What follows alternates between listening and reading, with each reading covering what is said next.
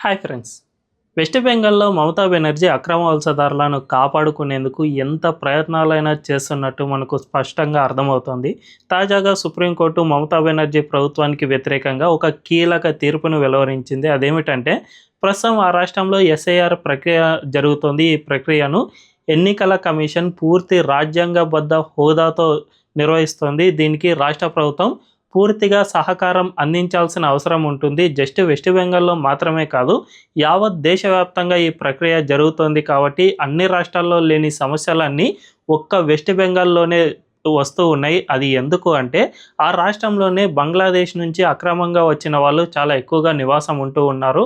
అంతేకాకుండా వీళ్ళకు మమతా బెనర్జీ ప్రభుత్వం పూర్తి అండదండలు ఇస్తూ వాళ్ళను తన ఓటు బ్యాంకుగా మార్చుకుంటోంది. అందువల్లనే ఆ రాష్ట్రంలో వీళ్ళను కాపాడుకోవడం కోసమని మమతా బెనర్జీ పెద్ద ఎత్తున వివాదాన్ని సృష్టిస్తూ ఉన్నారు. తద్వారా ఎన్నికల సంఘం అధికారులకు రాష్ట్ర ప్రభుత్వం తరపున ఎట్టి పరిస్థితుల్లోనూ వీళ్ళు సహాయం చేయకుండా అడ్డుకుంటూ ఉన్నారు. ఇది సుప్రీంకోర్టుకు చేరడంతో సుప్రీంకోర్టు ఒక కీలకమైన తీర్పును వెలువరించింది. కలకత్తా హైకోర్టుకు కీలక ఆదేశాలు జారీ చేసింది. అదేమిటంటే ఎన్నికల సంఘానికి రాష్ట్ర ప్రభుత్వానికి మధ్యవర్తులను నియమించండి. ఈ మధ్యవర్తులు జిల్లా జడ్జిలు ఎవరైతే ఉంటారో ఆ హోదాలో ఉన్న వ్యక్తులను మాత్రమే మీరు నియమించండి. తద్వారా రాష్ట్ర ప్రభుత్వానికి ఎన్నికల సంఘానికి మధ్య ఉన్న గ్యాప్ను వీళ్ళు పూరించేందుకు అవకాశం ఏర్పడుతుంది. ప్రతి ఇష్యూని సుప్రీంకోర్టు దాకా మీరు తీసుకొస్తూ ఉన్నారు. తద్వారా మా టైం మొత్తాన్ని వేస్ట్ చేస్తూ ఉన్నారు.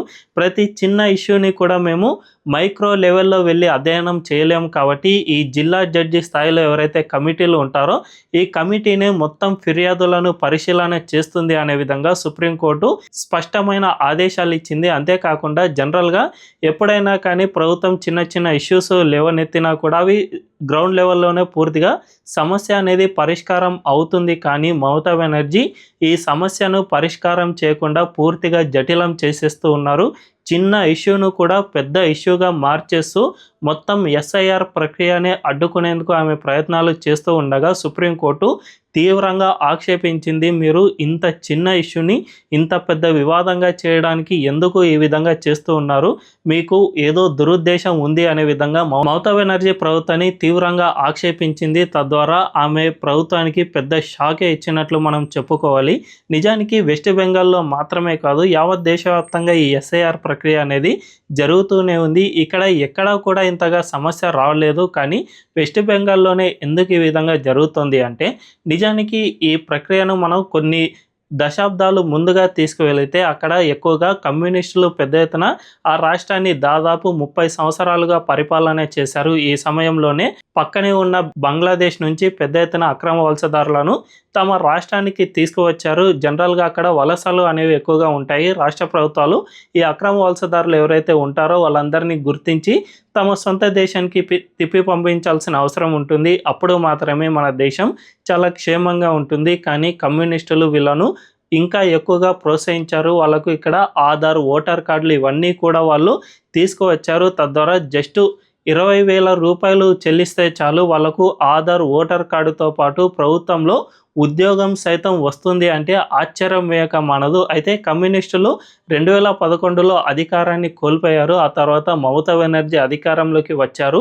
మమతా బెనర్జీ వీళ్ళందరినీ తిప్పి పంపించేస్తాను అని అప్పటి వరకు ప్రకటన చేసిన వ్యక్తి ఆ తర్వాత వాళ్ళను తాను కూడా ప్రోత్సహిస్తూ వచ్చారు. ఎందుకంటే అప్పటి వరకు కమ్యూనిస్టు పార్టీలకు ఓటు వేసిన అక్రమ వలసదారులు ఆ తర్వాత మమతా బెనర్జీకి సంబంధించిన టీఎంసీ పార్టీకి ఓటు వేయడం స్టార్ట్ చేశారు. దీనివల్లనే ఆ రాష్ట్రంలో మమతా బెనర్జీ వీళ్ళందరినీ కాపాడుకునే ప్రయత్నాలు చేస్తూ ఉన్నారు. ఇది ఎంత తీవ్ర స్థాయికి చేరింది అంటే వెస్ట్ బెంగాల్లో కాకుండా ఇతర రాష్ట్రాల్లో వీళ్ళు స్ప్రెడ్ అయిన సందర్భంగా బీజేపీ పాలిత రాష్ట్రాలు పెద్ద ఎత్తున వీళ్ళపై యాక్షన్ ప్లాన్కు దిగుతూ ఉన్నాయి. వీళ్ళందరినీ గుర్తించి తమ దేశానికి తిప్పి పంపించడం ఇలాంటివి చేస్తూ ఉన్నాయి. ఈ తరుణంలో మమతా బెనర్జీ వెస్ట్ బెంగాల్ వాసులే వాళ్ళంతా కూడా వాళ్ళు ఎక్కడా కూడా అక్రమ వలసదారులు కాదు, వాళ్ళను బీజేపీ రాష్ట్ర ప్రభుత్వాలు వేధిస్తూ ఉన్నాయి. తద్వారా వెస్ట్ బెంగాల్ అంటే ఈ దేశంలో ఒక ద్వేషం సృష్టించే విధంగా వాళ్ళు ప్రయత్నాలు చేస్తూ ఉన్నారు అనే విధంగా గతంలో అనేక ఆరోపణలు చేశారు. ఏకంగా రాష్ట్ర అసెంబ్లీలోనే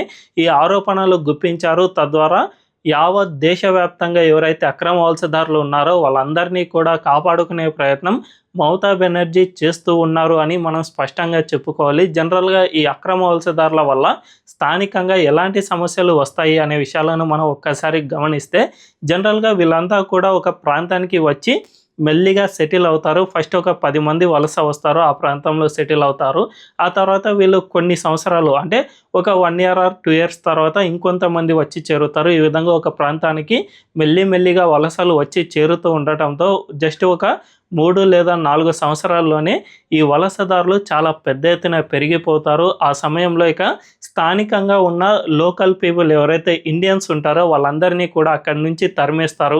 ఆ తర్వాత లోకల్ మార్కెట్లు ఏవైతే ఉంటాయో ఆ మార్కెట్‌లో మధ్యలో ఒక షాపుని ఏర్పాటు చేసుకొని పక్క వాళ్ళకు తీవ్ర ఇబ్బందులు కలిగిస్తూ ఉంటారు. తద్వారా మొత్తంగా ఆ షాపు పక్కన ఉన్న వాళ్ళను సైతం తరిమివేసి మొత్తంగా వీళ్ళే క్యాప్చర్ చేసేస్తారు. ఈ విధంగా లోకల్ ఆర్థిక వ్యవస్థ ఏదైతే ఉంటుందో దీన్ని మొత్తంగా వీళ్ళు తమ చేతుల్లోకి తీసుకుంటారు. అప్పుడు ఈ దేశంలో ఇండియన్స్ కాకుండా అక్రమ వలసదారులు వలస వచ్చిన కాలనీలు ఏర్పడే పరిస్థితి చేరుకుంది. ఇప్పటికే వెస్ట్ బెంగాల్‌లోని మాల్దా, ముర్షిదాబాద్‌లో ఇలాంటి పరిస్థితిని మనం చూస్తూనే ఉన్నాం. ఇక పక్కనే ఉన్న జార్ఖండ్ రాష్ట్రంలో ఏకంగా ట్రైబల్ ప్రాంతంలో ఎప్పుడైనా కానీ ఎస్టీలు కాకుండా ఇతర వర్గాలకు సంబంధించిన వాళ్ళు ట్రైబల్ ప్రాంతంలో భూములు కొనుగోలు చేయడానికి అస్సలు సాధ్యం కాదు. అది ఇండియన్ అయినా సరే.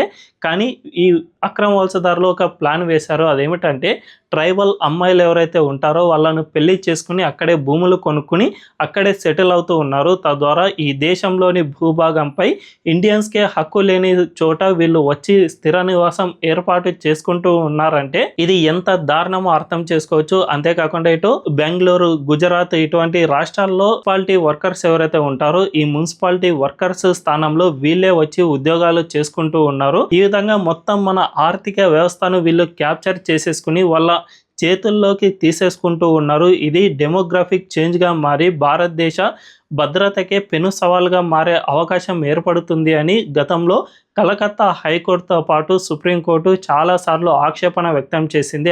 అయితే ఇప్పుడు ఈ ఎస్ఐఆర్ ప్రక్రియ అనేది నిర్వహించడం వల్ల ఎవరు నిజమైన భారతీయులు, ఎవరు అక్రమ వలసదారులు అనే విషయం పూర్తిగా తేలిపోతుంది. కాబట్టి మమతా బెనర్జీ వీళ్ళందరినీ కాపాడుకునే ప్రయత్నాలు చేస్తూ ఉన్నారు. అందులో భాగంగానే వీళ్ళ కోసం పెద్ద ఎత్తున పోరాటం చేస్తూ ఉన్నారు. రాజ్యాంగబద్ధంగా నిర్వహిస్తున్న ఎస్ఐఆర్ ప్రక్రియను సైతం అడ్డుకునే ప్రయత్నాలు చేస్తున్నారనే చెప్పుకోవచ్చు. సో మొత్తంగా ఈ ఎస్ఐఆర్ ప్రక్రియ ఫిబ్రవరి 14వ తేదీనే ముగియాల్సి ఉండగా మమతా బెనర్జీ సృష్టిస్తున్న అడ్డంకుల వల్లే ఈ సమయం కాస్త ఫిబ్రవరి 29 వరకు ఎక్స్టెండ్ అయిన పరిస్థితి నెలకొంది. సో మొత్తంగా చూసుకుంటే రాష్ట్ర ప్రభుత్వ అధికారులను కేటాయించకుండా తీవ్ర ఇబ్బందులు సృష్టిస్తూ తన రాష్ట్రంలో ఎవరైనా అక్రమ వలసదారులు నివాసం ఉంటే వాళ్ళందరినీ కూడా వచ్చే ఎన్నికల దాకా ఆపగలిగితే ఖచ్చితంగా తానే అధికారంలోకి వస్తాను అని భావిస్తూ ఉన్నారు. ఈ విధంగా రాజ్యాంగానికి వ్యతిరేకంగా మమతా బెనర్జీ వ్యవహరించడం ఇదేమీ తొలిసారి కాదు. గతంలో అంటే 2021లో ఎన్నికలు జరిగిన తర్వాత టీఎంసీ పార్టీ ఘన విజయం సాధించింది. ఆ మరుసటి రోజునే ఈ అక్రమ వలసదారులు ఎవరైతే ఉన్నారో వీళ్ళంతా కూడా స్థానిక హిందువులపై పెద్ద ఎత్తున దాడులు చేశారు. ఆ సమయంలో ఏకంగా 60,000 మంది వెస్ట్ బెంగాల్ నుంచి అస్సాంకు తరలి వెళ్లారు. ఇంత దారుణ పరిస్థితులు నెలకొన్నా కూడా మమతా బెనర్జీ వీళ్ళకే సపోర్ట్ చేస్తూ ఉన్నారు. నిజానికి ఈ విషయంలో మోదీ ప్రభుత్వం కాస్త ఉదాసీనత వ్యవహరించిందనే చెప్పుకోవాలి. ఈ విధంగా రాజ్యాంగానికి వ్యతిరేకంగా ఆమె చేస్తున్న ప్రయత్నాలకు గాను ఆమె ప్రభుత్వాన్ని ఏకంగా బర్తరఫ్ చేసి రాష్ట్రపతి పాలన విధించేందుకు సైతం అవకాశం ఉండేది. కానీ మోదీ అండ్ అమిత్ షా ఈ విషయంలో చాలా ఉదాసీనత వ్యవహరించారు. అందువల్లనే మమతా బెనర్జీ తన రాక్షసత్వాన్ని రాష్ట్ర ప్రజలపై చూపిస్తూ ఉన్నారు అని మనం స్పష్టంగా చెప్పుకోవచ్చు. మరి జస్ట్ ఒక 2 నెలల్లోనే వెస్ట్ బెంగాల్లో ఎన్నికలు ఉన్న సందర్భంలో ఆ రాష్ట్రంలో మమతా బెనర్జీ ఓడిపోతారా, ఒకవేళ ఓడిపోతే రాష్ట్రంలో వచ్చే మార్పులు ఏంటి, బీజేపీ కనుక అక్కడ గెలిస్తే మన దేశంలో అక్రమ వలసదారులంతా కూడా అంతమైపోతారా అనే విషయం తెలియాలంటే వేచి చూడాల్సిందే. మరి ఈ వీడియో కనుక మీకు నచ్చినట్లయితే ఖచ్చితంగా ఈ వీడియోను లైక్ చేయండి అండ్ కామెంట్ చేయండి. అండ్ ఈ ఛానల్ను రీసెంట్గానే స్టార్ట్ చేసాం, మాకు మీ సపోర్ట్ ఖచ్చితంగా కావాలి. ఈ ఛానల్ను వెంటనే సబ్స్క్రైబ్ చేసుకోండి అండ్ బెల్ ఐకాన్ క్లిక్ చేయడం అస్సలు మర్చిపోవద్దు. Thank you.